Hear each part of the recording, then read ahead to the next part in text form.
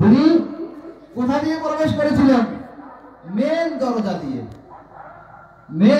দিয়ে মসজিদের ভিতরে প্রবেশ করলেন। দেখুন, আজকে মেন দরজা দিয়ে প্রবেশ করার পরেও আজকে ইতিহাসকে ধামাচাপা দেওয়া হয়েছে। তবুও অনেক পুস্তকে আছে মা ফাতেমা জাহরা কি নিজের বাবার দেওয়া সম্পত্তি বাগে ফেদাক চাইতে গিয়েছিলেন, যে আল্লাহ নবীর পরে আল্লাহ নবীর স্থানে বসেছিল তার কাছে। সেই বুখারীর ভিতরে আছে, অন্যান্য আরো বড় বড় পুস্তকের ভিতরেও আছে এই কথা। এই বিষয়ে আজকে দুনিয়ার মুখে আপনি যখন দেখবেন বিভিন্ন ফেরকা থেকে মানুষ শিয়া ইসনা আশারি ধর্ম অবলম্বন করছে, মানুষ শিয়া হয়ে যাচ্ছে। তার একটি বিশেষ কারণ হচ্ছে মা ফাতেমা জাহরার এর যে বাগে ফেদাকের দাবি করতে গিয়েছিলেন তাকে দেওয়া হয়নি, তাকে খালি হাতে অপমান করে লাঞ্ছিত করে ফিরিয়ে দেওয়া হয়েছিল। তার একটি কারণ ছিল এই।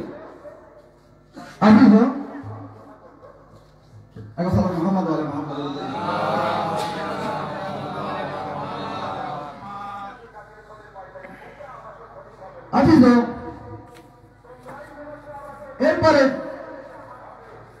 এই যে বিষয়টা বললাম, বিভিন্ন ভাবে আপনি রিসার্চ করে দেখতে পারেন, ইউটিউবে দেখতে পারেন। কনফেডারেশিয়া যারা হয়েছে অন্য ফেরকা থেকে, তাদের মধ্যে একটি বিশেষ কারণ ছিল এই জিনিসটি তাদের মধ্যে পরিবর্তন নিয়ে এসেছে। আরেকটি জিনিস, আল্লাহর নবীর ইন্তেকালের আগে কাগজ কলম চেয়েছিলেন সাহাবীদের কাছে যে আমাকে কিছু দাও, আমি তোমাদের এমন জিনিস লিখে দেব যাতে তোমরা আমার পরে পথভ্রষ্ট না হও। বুখারীর ভিতরে আছে, সহিহ সত্তর আর অন্যান্য পুস্তকের ভিতরে আছে। কিন্তু আল্লাহর নবীকে বলা হয়েছিল নবী হিজরান করছেন, ভুল করছেন। যখন এমন কথা বলা হলো, সেখানে ঝামেলা সৃষ্টি হলো, আল্লাহর নবী তাদেরকে নিজের সামনে থেকে তাড়িয়ে দিয়েছিলেন। এই একটি কারণ। একজন ব্যক্তি, দুইজন আমাদের এলাকায়, যেমন আমরা অন্যান্য ফেরকার সাথে আমরা মেলামেশা করি, আমরা সবাই মুসলমান, আর মুসলিম ও আখুল মুসলিম, মুসলমান মুসলমানদের ভাই, এক রকমের একসাথে আমরা মেলামেশা করি। দুইজন বন্ধু ছিল, তারাও মেলামেশা করতো। যখন জানতে পারলো সেই একজন সুন্নি ছিলেন, একজন শিয়া, শিয়ার কাছ থেকে যখন জানতে পারলো যে মা ফাতেমা জাহরা কি প্রথম খলিফার দরবারে গিয়েছিল নিজের বাবার হক নেওয়ার জন্য, নিজের হক নেওয়ার জন্য, কিন্তু তাকে দেওয়া হয়নি। বিশ্বাস করতে পারলো না, অসম্ভব, এটা হতেই পারে না। বন্ধুকে তো ডাইরেক্ট মানা করে দিল, বাড়িতে এসে শুয়ে পড়লো। রাতে তার ঘুম আসছে না, রাত 12টার পরে অর্ধেক রাতে সে কি করলো, আর সহ্য করতে পারলো না, উঠলো বিস্তার থেকে, বিছানা থেকে। ওঠার পরে নিজের এলাকায় সবচেয়ে যে বড় মূর্তি ছিল তার বাড়িতে পৌঁছল, দরজার সামনে গিয়ে বেল বাজালো। যখন সেই মূর্তি বার হলো, কি ব্যাপার, এত রাত্রে তুমি আমার বাড়িতে কি এমন সমস্যায় পড়েছো তুমি?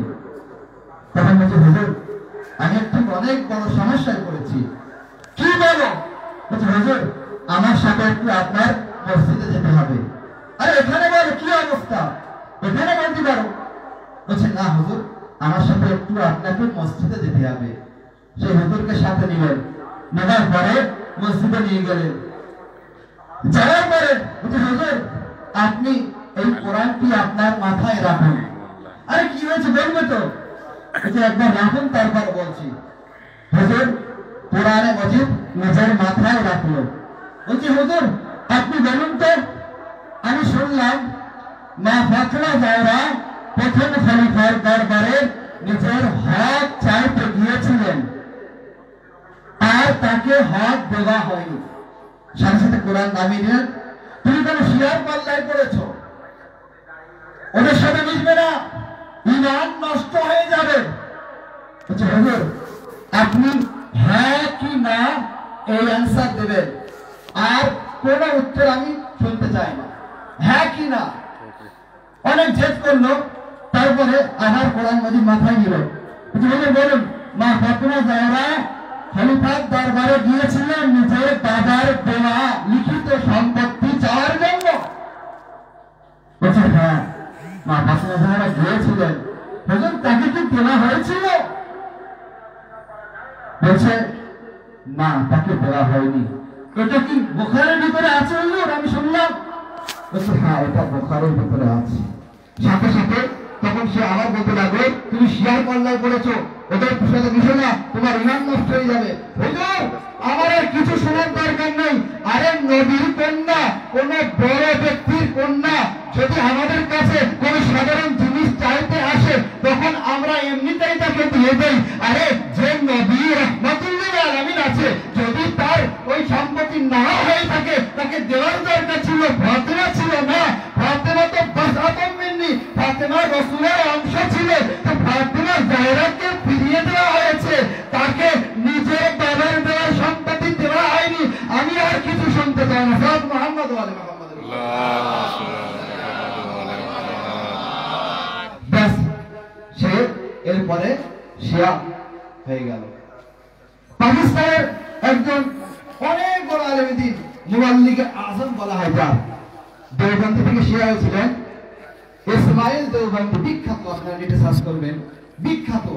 এই যে মুনাজারা, ডিবেট, আহলে সুন্নাতের সাথে ডিবেটে বিখ্যাত ছিলেন তিনি, খুব জ্ঞানী ছিলেন এবং বিভিন্ন জায়গায় তিনি যেতেন ডিবেট করার জন্য, বহস করার জন্য।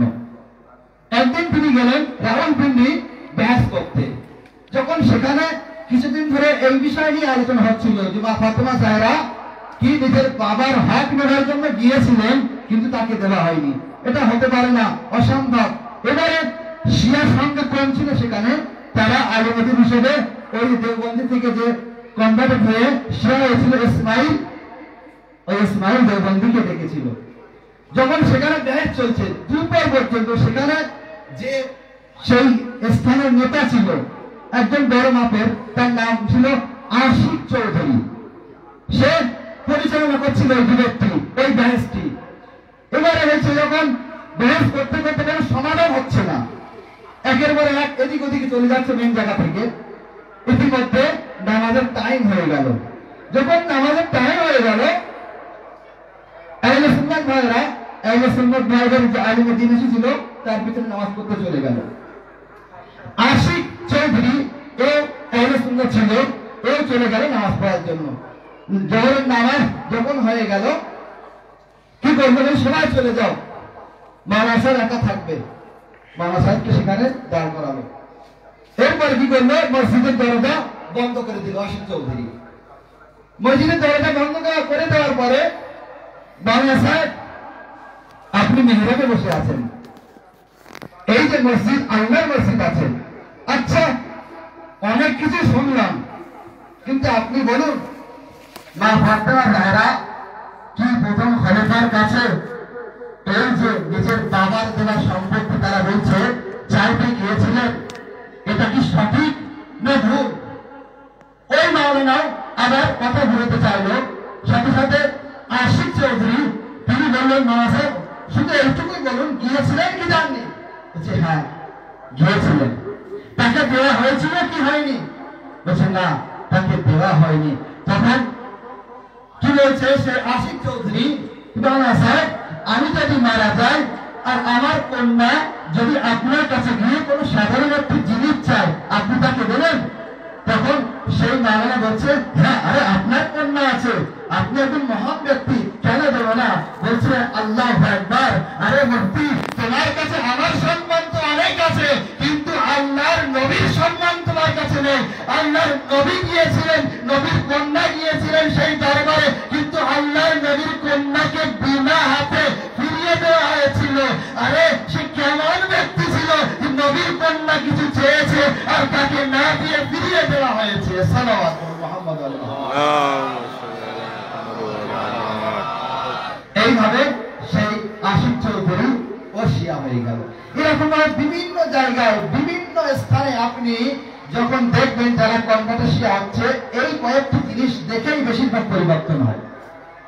দুনিয়ার বুকে চ্যালেঞ্জ থাকলো, আবার আপনি রিসার্চ করবেন, গবেষণা করুন, বিভিন্ন ফেরকা থেকে বিভিন্ন প্রতি গবেষণা করে জেনে বুঝে মানুষ শিয়া হচ্ছে, কিন্তু আজ পর্যন্ত কোনো একটি ব্যক্তিও দেখাতে পারবে না যে জেনে বুঝে পড়াশোনা করে সে শিয়া ধর্ম থেকে অন্য ফেরকায় চলে গিয়েছে। কেউ দেখাতে পারবে না। নারায়ে সালাওয়াত। কেউ দেখাতে পারবে না। আজিজ হোক, তো এই যে মুকদ্দমা বাগে ফেদাকের মুকদ্দমার জন্য কি গেলেন? খলিফার দরবারে গেলেন মা ফাতেমা জাহরা সালামুল্লাহ আলাইহা। খলিফার দরবারে যখন গেলেন, দেখুন এই যে বাগে ফেদাক এর বিষয়ে একটু বলে দেই।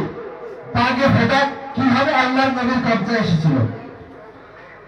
দুই রকম রিওয়ায়াত শুনলাম বা জানলাম পরে। আল্লাহর নবীর কাছে কিভাবে এই ফেদাক আসলো, বাগে ফেদাক। খাইবারের যুদ্ধ যখন হয়েছিল ৩৯ দিন পর্যন্ত সাহাবীরা গেল, যাওয়ার পরে তারা জিততে পারলো না, ওই যুদ্ধ জয়লাভ হলো না। ৪০ দিনের দিনে আমার আপনার মাওলা শেরে খোদা মাওলা আলী ইবনে আবি তালিব আলাইহিস সালাম গেলেন এবং যাওয়ার পরে ওই খাইবারের যুদ্ধ কি জয় করলেন। তো খাইবারের জয়কে মাওলা আলী ইবনে আবি তালিব আলাইহিস সালাম যখন খাইবার জয় করলেন, তো ওখানে ইহুদি ছিল, ইহুদিদের কাছ থেকে খাইবার কি করলেন? জয় করলেন। এবারে খাইবার জয় করার পরে যখন ওখান থেকে আসছিলেন, আসার পরে রাস্তায় ছিল এই বাগে ফেদাক, সেখানে ইহুদিদের কবজায় ছিল সেই বাগে ফেদাক। তারা বলছে আমরা তোমাদের সাথে লড়াই করব না, যুদ্ধ করব না, আমরা শুনেছি তোমাদের কাছে একজন হায়দারের তার আছে, আমরা যুদ্ধ করব না। আচ্ছা, আমরা এক কাজ করছি, আমাদের কাছে একটি বাগিচা আছে যার নাম বাগে ফেদাক। এই বাগিচাটি তোমাদের অর্থাৎ মুসলমানদের নবীকে আমরা গিফট স্বরূপ, ফেরাই স্বরূপ আমরা দিচ্ছি, দান করছি। এবার দেখুন, যেটা ফ্রাই হয় আরবিতে ফ্রাই মানে আমাদের ভাষায় মনে করুন গিফট, এবং সেখানে বলে দেওয়া হচ্ছে কি আল্লাহর নবীর কি তোমাদের রাসূলকে দেওয়া হচ্ছে, তোমাদের নবীকে দেওয়া হচ্ছে, তোমাদেরকে নয়। তো এখানে আল্লাহর নবীকে দিয়ে দিলেন ওই বাগে ফেদাক। এরপরে একটি রায় এই আছে। এবার দেখুন দুইটি জিনিস হয়, এক হচ্ছে ফ্রাই, এক হচ্ছে গনিমত। মালে গনিমত, মালে গনিমত কোটা কাকে বলে?